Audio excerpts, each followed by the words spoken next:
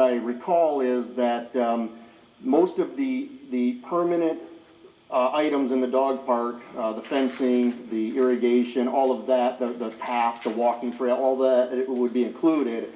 But we would partner with the dog park 501c3 to install some of the agility equipment. So their $5,000 or $10,000, whatever it is, we would partner with them to install some of the, whether it's I don't know all the technical terms, but some of that equipment. But I think in terms of the bocce ball and pickleball, they're turnkey. But I'll allow Ray to answer that clearly.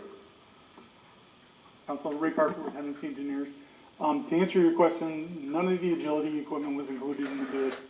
It's the containment fencing, the pathway inside and outside the dog park.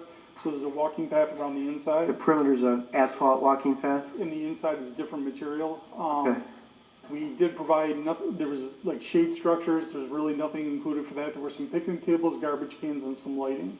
And the main fencing component was the main thing for containment.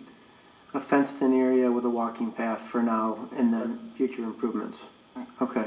And then the pickleball and bocce? Those included the perimeter fence with a windscreen. It included the nets and everything on the inside, as well as the asphalt, the striping, the painting of the courts.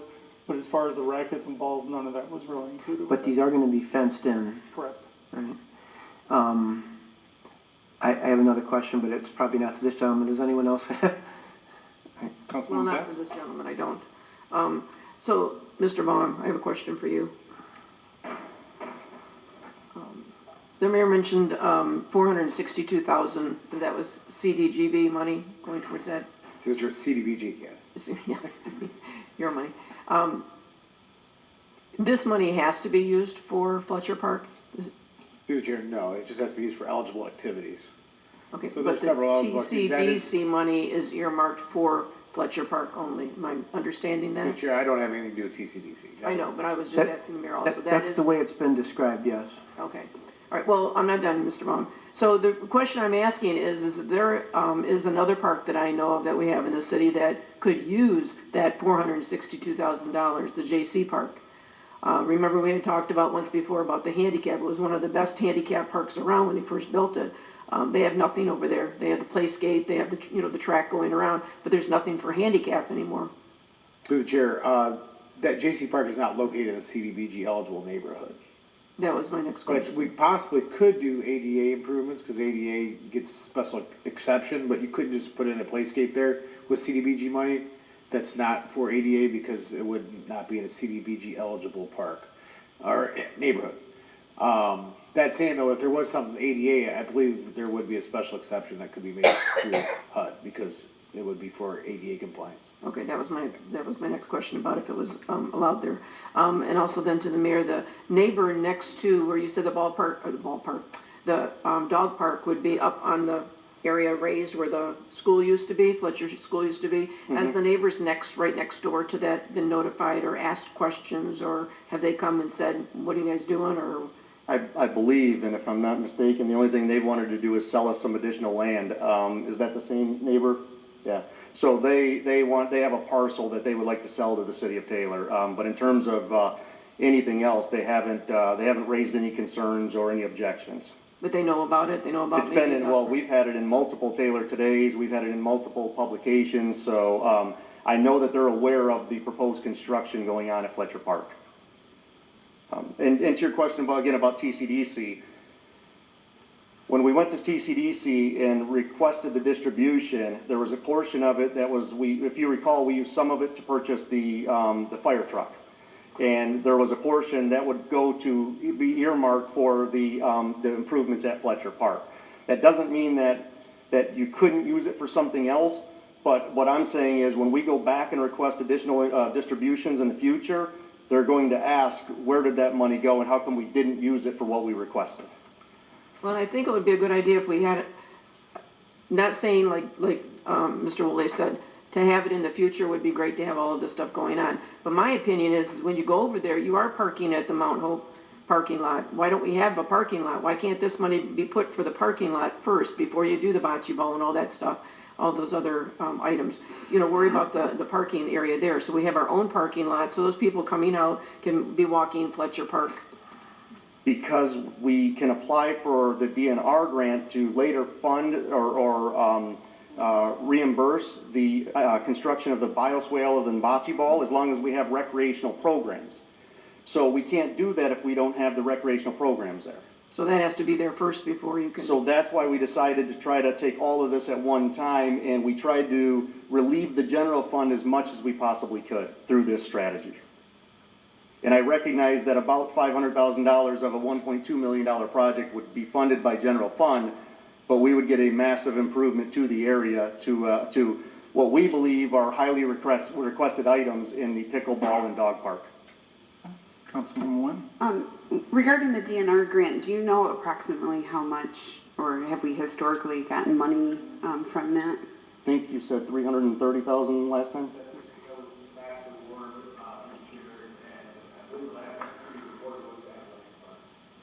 So that was a couple of years ago, roughly. Okay. And then, oh, sorry, one Go ahead, more. Do we have the capacity for maintenance of this park? I mean, adding another park with our current staff? Mr. Chairman, we're already maintaining this park right now, so by adding the additional hard surface, it would actually lower the maintenance. So, you know, by putting the parking lot in, we would have to occasionally sweep it, but it would actually take all that area away from cutting it. And same thing with the pickleball and bocce ball courts. That hard surface would eliminate the need to cut it, and the dog park, it would still need to be maintained, but I suspect by the amount of use that it'll get, it'll likely stay somewhat beat down or trampled down. Thank you. Councilman Johnson? Two questions. Councilwoman Whitten asked one of them about the DNR grant. So that's not guaranteed, but if we got it, our hit to the general fund would be $200,000 monthly.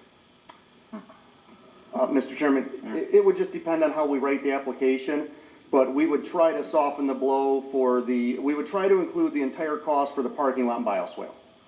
Okay. Because those would be two eligible expenses. Okay. Did you have a question? You know, Charlie, were you done? You done, Charles? Yeah. Okay. We talk about maintenance of the park. I don't know when's the last time anybody's been over walking their dog, but I do.